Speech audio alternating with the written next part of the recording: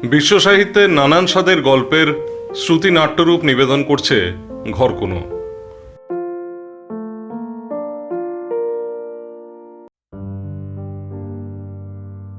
শুরু হচ্ছে কবিগুরু রবীন্দ্রনাথ ঠাকুরের কালজয়ী উপন্যাস অবলম্বনে ধারাবাহিক শ্রুতি নাটক ঘরে বাইরে। আজ শুনবেন অষ্টম পর্ব, সন্দীপের আত্মকথা।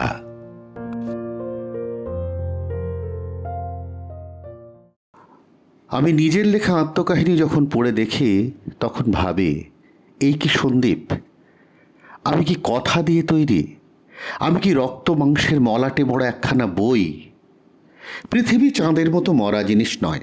সে নিঃশ্বাস ফেলছে, তার সমস্ত নদী সমুদ্র থেকে বাষ্প উঠছে, সেই বাষ্পে সে ঘেরা, তার চতুর্দিকে ধুলো উঠছে, সেই ধুলোর ওড়নায় সে ঢাকা। বাইরে থেকে যে দর্শন এই পৃথিবীকে দেখবে, এই বাষ্প আর ধুলোর উপর থেকে প্রতিফলিত আলোই সে কেবল দেখতে পাবে। সে কি এ দেশ মহাদেশকে স্পষ্ট সন্ধান পাবে? এই পৃথিবীর মতো যে মানুষ সজীব, তার অন্তর থেকে কেবলই আইডিয়ার নিঃশ্বাস উঠছে, সেই জন্য বাষ্পে সে অস্পষ্ট। সেখানে তার ভিতরে জল স্থল, সেখানে সে বিচিত্র, সেখানে তাকে দেখা যায় না। মনে হয় সে যেন আলোর ছায়ায় একটা মণ্ডল। আমার বোধ হচ্ছে যেন সজীব গ্রহের মতো আমি আমার সেই আইডিয়ার মণ্ডলটাকে আঁকছি।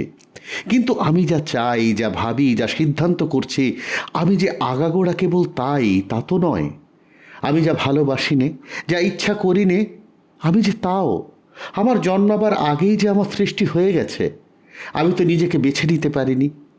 হতে যা পেরেছি তাকে নিয়েই কাজ চালাতে হচ্ছে।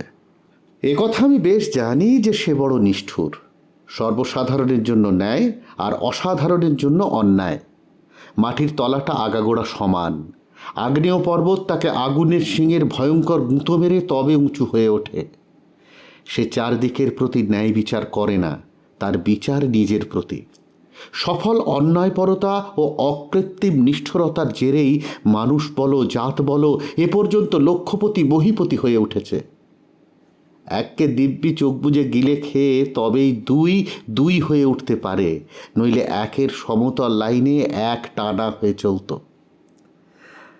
আমি তাই অন্যায়ের তপস্যাকেই প্রচার করি। আমি সকলকে বলি, অন্যায় মোক্ষ, অন্যায় বহ্নি শেখা। সে যখনই দগ্ধ না করে তখনই ছাই হয়ে যায়। যখনই কোনো জাত বা মানুষ অন্যায় করতে অক্ষম হয়, তখনই পৃথিবীর ভাঙা কুলোয় তার গতি। কিন্তু তবু এ আমার আইডিয়া, এ পুরোপুরি আমি নয়। যতই অন্যায়ের বড়াই করি না কেন, আইডিয়ার উড়ুনির মধ্যে ফুটো আছে, ফাঁক আছে। তার ভিতর থেকে একটা জিনিস বেরিয়ে পড়ে, সে নেহাত কাঁচা, অতি নরম। তার কারণ আমার অধিকাংশ আমার পূর্বেই তৈরি হয়ে গেছে। আমার চেলাদের নিয়ে আমি মাঝে মাঝে নিষ্ঠুরের পরীক্ষা করি। একদিন বাগানে চড়িভাতি করতে গিয়েছিলাম। একটা ছাগল চড়ে বেড়াচ্ছিল। আমি সবাইকে বললুম, কে ওর পেছনের একখানা পা এই দা দিয়ে কেটে আনতে পারে? সকলেই যখন ইতস্তত করছিল, আমি নিজে গিয়ে কেটে নিয়ে এলুম। আমাদের দলের মধ্যে সকলের চেয়ে যে লোক নিষ্ঠুর, সে এই দৃশ্য দেখে মূর্ছিত হয়ে পড়ে গেল। আমার শান্ত অবিচলিত মুখ দেখে সকলেই নির্বিকার মহাপুরুষ বলে আমার পায়ের ধুলো নিলে। অর্থাৎ সেদিন সকলেই আমার আইডিয়ার বাষ্পমণ্ডলটাই দেখলে। কিন্তু যেখানে আমি নিজের দোষে না, ভাগ্য দোষে দুর্বল সকরুণ, যেখানে ভিতরে ভিতরে বুক ফাটছিল, সেখানে আমাকে ঢাকা দেওয়াই ভালো। বিমলা নিখিলকে নিয়ে আমার জীবনের এই যে একটা অধ্যায় জমে উঠেছে, এর ভিতরে অনেক কথা ঢাকা পড়েছে। ঢাকা পড়তো না যদি আমার মধ্যে আইডিয়ার কোনো বালাই না থাকতো। আমার আইডিয়া আমার জীবনটাকে নিয়ে আপনার মতলবে গড়েছে, কিন্তু সেই মতলবের বাইরেও অনেকখানি জীবন বাকি পড়ে থাকছে। সেইটার সঙ্গে আমার মতলবের সঙ্গে সম্পূর্ণ মিল থাকে না। এই জন্য তাকে চেপে চুপে ঢেকে ঢেকে রাখতেই হয়, নইলে সমস্তটাই যে মাটি হবে। প্রাণ জিনিসটা অস্পষ্ট, সে যে কত বিরুদ্ধতার সমষ্টি তার ঠিক নেই। আমরা আইডিয়াওয়ালারা মানুষকে তাকে একটা বিশেষ ছাঁচে ঢেলে একটা কোনো বিশেষ আকারে সুস্পষ্ট করে জানতে চাই। সেই জীবনের সুস্পষ্টতাই জীবনের সফলতা। দিগ্বিজয় সেকেন্দার থেকে শুরু করে আজকের দিনের আমেরিকার ক্রোড়পতি রকফেলার পর্যন্ত সকলেই নিজের তলোয়ারের কিংবা টাকার বিশেষ একটা ছাঁচে ঢেলে জমিয়ে দেখতে পেরেছে বলেই নিজেকে সফল করে জেনেছে। এইখানেই আমাদের নিখিলের সঙ্গে আমার তর্ক বাঁধে। আমিও বলি আপনাকে জানো, সেও বলে আপনাকে জানো, কিন্তু যে যা বলে তাতে দাঁড়ায় এই, আপনাকে না জানাটাই হচ্ছে জানা। সে বলে, তুমি যাকে ফল পাওয়া বলো, সে হচ্ছে আপনাকে বাদ দিয়ে ফুলটুকুকে পাওয়া। ফলের চেয়ে আত্মা বড়। আমি বললুম, কথাটা নেহাত ঝাপসা হলো। উপায় নেই, প্রাণটা কলের চেয়ে অস্পষ্ট। তাই বলে প্রাণটাকে কল বলে সোজা করে জানলেই যে প্রাণটাকে জানা হয় তা নয়। তেমনি আত্মা ফলের চেয়ে অস্পষ্ট। তাই আত্মাকে ফলের মধ্যে চরম করে দেখায় যে আত্মাকে সত্য দেখা, তা বলবো না। আমি জিজ্ঞাসা করলুম, তবে তুমি কোথায় আত্মাকে দেখেছ? কোন নাকের ডগায়, কোন ভ্রুর মাঝখানে? সে বললে, আত্মা যেখানে আপনাকে অসীম জানছে, যেখানে ফলকে ছেড়ে এবং ছাড়িয়ে চলে যাচ্ছে। তাহলে নিজের দেশ সম্বন্ধে কি বলবে? ওই একই কথা। দেশ যেখানে বলে আমি আমাকেই লক্ষ্য করব, সেখানে সে ফল পেতে পারে কিন্তু আত্মাকে হারায়। যেখানে সকলের চেয়ে বড়কে সকলের বড় করে দেখে, সেখানে সকল ফলকেই সে খোয়াতে পারে কিন্তু আপনাকে সে পায়। ইতিহাসের দৃষ্টান্ত কোথায় দেখেছ? মানুষ এত বড় যে সে যেমন ফলকে অবজ্ঞা করতে পারে, তেমনি দৃষ্টান্ত হয়তো নেই। বীজের ভিতরে ফুলের দৃষ্টান্ত যেমন নেই, কিন্তু বীজের ভিতরে ফুলের বেদনা আছে। তবু দৃষ্টান্তকে একেবারেই নেই। বুদ্ধ বহু শতাব্দী ধরে যে সাধনায় সমস্ত ভারতবর্ষকে জাগিয়ে রেখেছিলেন, সে কি ফলের সাধনা? নিখিলের কথা আমি যে একেবারে বুঝতে পারি না তা নয়, কিন্তু সেইটাই হলো আমার মুশকিল। ভারতবর্ষে আমার জন্ম, সাত্ত্বিকতার বিষ রক্তের মধ্যে থেকে একেবারে মরতে চায় না। আপনাকে বঞ্চিত করার পথে চলা যে পাগলামি, একথা মুখে যতই বলি এটাকে একেবারে উড়িয়ে দেবার সাধ্য নেই। এই জন্যই আমাদের দেশে আজকাল অদ্ভুত ব্যাপার চলছে। ধর্মের ধুয়ো, দেশের ধুয়ো দুটিকেই পুরো দমে একসঙ্গে চালাচ্ছি। ভগবদ্ গীতা এবং বন্দে মাতরম আমাদের দুটিই চাই। তাতে দুটোর কোনোটাই যে স্পষ্ট হতে পারছে না, তাতে একসঙ্গেই গড়ের বাদ্য এবং সানাই বাজানো চলছে, এ আমরা বুঝি নে। আমার জীবনের কাজ হচ্ছে এই বেসুরো গোলমালটাকে থামানো। আমি গড়ের বাদ্যটাকেই বহাল রাখবো। সানাই আমাদের সর্বনাশ করেছে। প্রবৃত্তির যে জয় পতাকা আমাদের হাতে দিয়ে মা প্রকৃতি, মা শক্তি, মা মহামায়া রণক্ষেত্রে আমাদের পাঠিয়েছেন, তাকে আমরা লজ্জা দেব না। প্রবৃত্তি সুন্দর, প্রবৃত্তি নির্মল, যেমন নির্মল ভুঁই চাপা ফুল, যে কথায় কথায় স্নানের ঘরে ভিনোলিয়া সাবান মাখতে ছোটে না। একটা প্রশ্ন কদিন ধরে মাথায় ঘুরছে, কেন বিমলের সঙ্গে জীবনটাকে জড়িয়ে ফেলতে দিচ্ছি? আমার জীবনটা তো ভেসে যাওয়া কলার ভেলা নয় যে যেখানে সেখানে ঠেকতে ঠেকতে চলবে। সেই কথাটাই তো বলছিলাম যে একমাত্র আইডিয়ার ছাঁচে জীবনটাকে পরিমিত করতে চাই। জীবন তাকে ছাপিয়ে যায়, থেকে থেকে মানুষ ছিটকে ছিটকে পড়ে। এবার আমি যেন বেশি দূরে ছিটকে পড়েছি। বিমল যে আমার কামনার বিষয় হয়ে উঠেছে, সেজন্য আমার কোনো মিথ্যে লজ্জা নেই। আমি যে স্পষ্ট দেখেছি ও আমাকে চায়, ওই তো আমার স্বকীয়া। গাছে ফল বোঁটায় ঝুলে আছে, সেই বোঁটার দাবিকেই চিরকালের বলে মানতে হবে নাকি? ওর যত রস, যত মাধুর্য, সে যে আমার হাতে সম্পূর্ণ খসে পড়বার জন্যই, সেইখানেই একেবারে আপনাকে ছেড়ে দেওয়াই ওর সার্থকতা। সেই ওর ধর্ম, ওর নীতি। আমি সেইখানেই ওকে পেড়ে আনবো, ওকে ব্যর্থ হতে দেব না। কিন্তু আমার ভাবনা এই যে আমি জড়িয়ে পড়ছি। মনে হচ্ছে আমার জীবনে বিমল বিষম একটা দায় হয়ে উঠবে। আমি পৃথিবীতে এসেছি কর্তৃত্ব করতে। আমি লোককে চালনা করব কথায় এবং কাজে। সেই লোকের ভিড়ই আমার যুদ্ধের ঘোড়া। আমার আসন তার পিঠের ওপরে, তার রাশ আমার হাতে। তার লক্ষ্য সে জানে না, শুধু আমি জানি। কাঁটায় তার পায়ে রক্ত পড়বে, কাঁধায় তার গা ভরে যাবে, তাকে বিচার করতে দেব না, তাকে ছোটাবো। সেই আমার ঘোড়া আজ দরজায় দাঁড়িয়ে অস্থির হয়ে খুর দিয়ে মাটি খুঁড়ছে, আর রেশাধ্বনিতে সমস্ত আকাশ আজ কেঁপে উঠল। কিন্তু আমি কি করছি? দিনের পর দিন আমার কি নিয়ে কাটছে? ওদিকে আমার এমন শুভ দিন বয়ে গেল। আমার ধারণা ছিল আমি ঝড়ের মতো ছুটে চলতে পারি, ফুল ছিঁড়ে আমি মাটিতে ফেলে দিই, কিন্তু তাতে আমার চলার ব্যাঘাত ঘটে না। কিন্তু এবার আমি যে ফুলের চারদিকে ফিরে ফিরে ঘুরে ঘুরে বেড়াচ্ছি, ভ্রমরেরই মতো, ঝড়ের মতো নয়। তাই তো বলি, নিজের আইডিয়া দিয়ে নিজেকে যে রঙে আঁকি, সব জায়গায় সে রং তো পাকা হয়ে ধরে না। হঠাৎ দেখতে পাই সেই সামান্য মানুষটাকে। কোনো এক অন্তর্যামী যদি আমার জীবন বৃত্তান্ত লিখতেন, তাহলে নিশ্চয়ই দেখা যেত আমার সঙ্গে আর ওই পাঁচুর সঙ্গে বেশি তফাৎ নেই, এমনকি ওই নিখিলেশের সঙ্গে। কাল রাত্রে আমার আত্মকাহিনীর খাতাটা খুলে পড়ছিল। তখন সবে বিএ পাস করেছি, ফিলোসফিতে মগজ ফেটে পড়ছে বললেই হয়। তখন থেকেই পণ করেছিলুম নিজের হাতে বা পরের হাতে গড়া কোনো মায়াকেই জীবনের মধ্যে স্থান দেব না, জীবনটাকে আগাগোড়া একেবারে ডিরেক্ট বাস্তব করে তুলব। কিন্তু তারপর থেকে আজ পর্যন্ত সমস্ত জীবন কাহিনীটাতে কি দেখছি? কোথায় সেই ঠাস বুননি? এই যে জলের মতো সূত্র বরাবর চলছে, কিন্তু সূত্র যতখানি ফাঁক, তার চেয়ে বেশি বই কম নয়। ওই ফাঁকটার সঙ্গে লড়াই করে করে একে সম্পূর্ণ হার মানানো গেল না।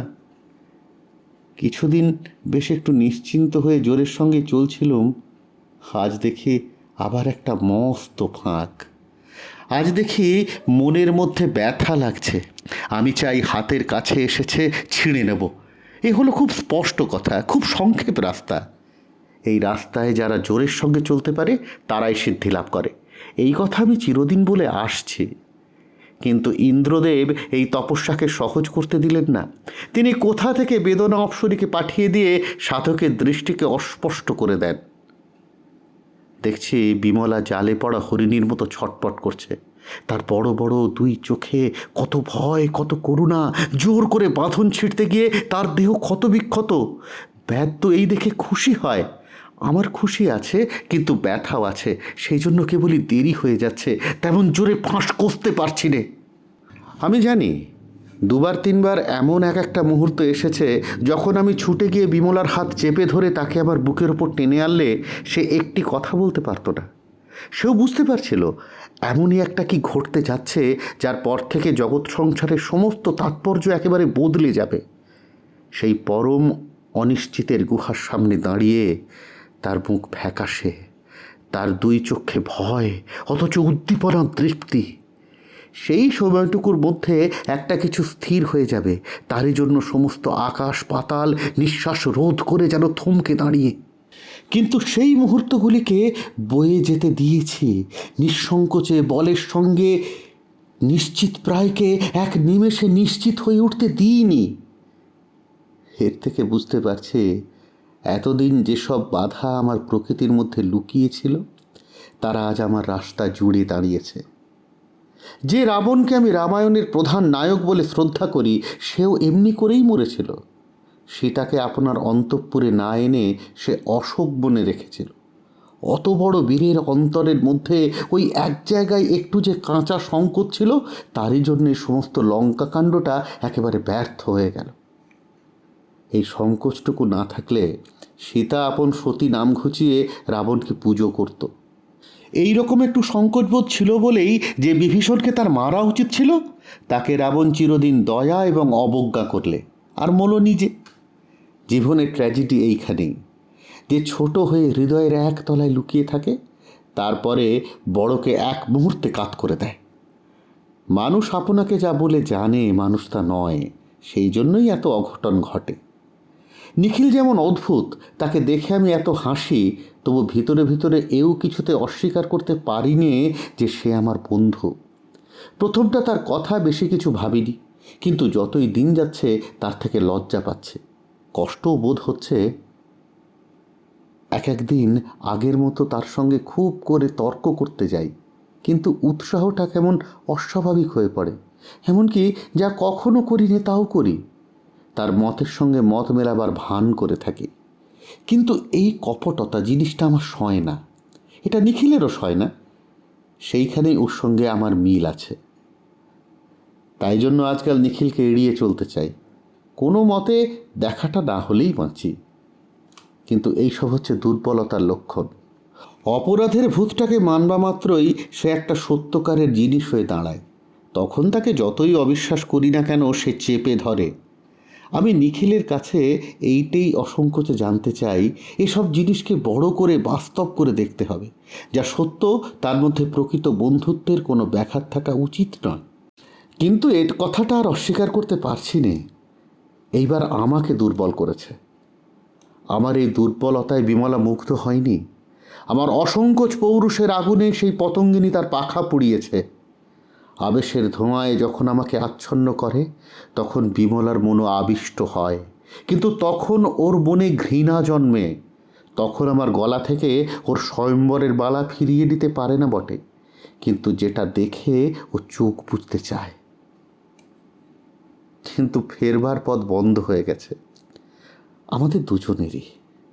বিমলাকে যে ছাড়তে পারবো এমন শক্তিও নিজের মধ্যে দেখছি না। তাই বলে নিজের পথটাও আমি ছাড়তে পারবো না। আমার পথ লোকের ভিড়ের পথ, এই অন্তঃপুরের খিড়কির দরজার পথ নয়। আমি আমার স্বদেশকে ছাড়তে পারবো না, বিশেষত আজকের দিনে। বিমলাকে আজ আমি আমার স্বদেশের সঙ্গে মিশিয়ে নেব।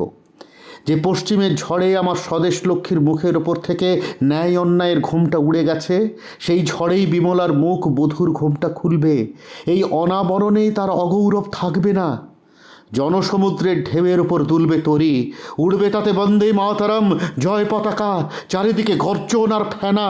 সেই নৌকোই একসঙ্গে আমাদের শক্তির দোলা আর প্রেমের দোলা। বিমলা যেখানে মুক্তির এমন এক বিরাট রূপ দেখবে যে তার দিকে চেয়ে আর সকল বন্ধন বিনা লজ্জায় একসময় নিজের অগোচরে খসে যাবে। এই প্রলয়ের রূপে মুগ্ধ হয়ে নিষ্ঠুর হয়ে উঠতে ওর এক মুহূর্তের জন্য বাঁধবে না।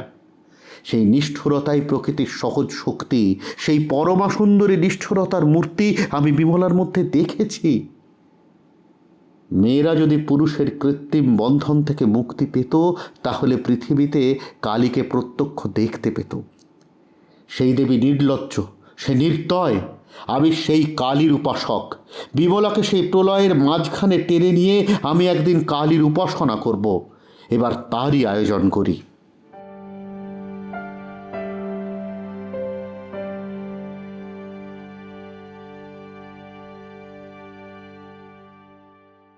শুনলেন নাটক ঘরে বাইরে, অষ্টম পর্ব। অভিনয় করেছেন সন্দীপ অর্ঘ্য চক্রবর্তী, নিখিলেশ শম্ভুনাথ সাহা। নাট্যরূপ, নির্দেশনা, সম্পাদনা ও শব্দগ্রহণ অনির্বাণ কল্যাণী। আমাদের উপস্থাপনাটি ভালো লাগলে লাইক এবং শেয়ার করে দিন। নতুন হলে চ্যানেলটি সাবস্ক্রাইব করুন এবং পাশে থাকা বেল আইকনটি ক্লিক করতে ভুলবেন না।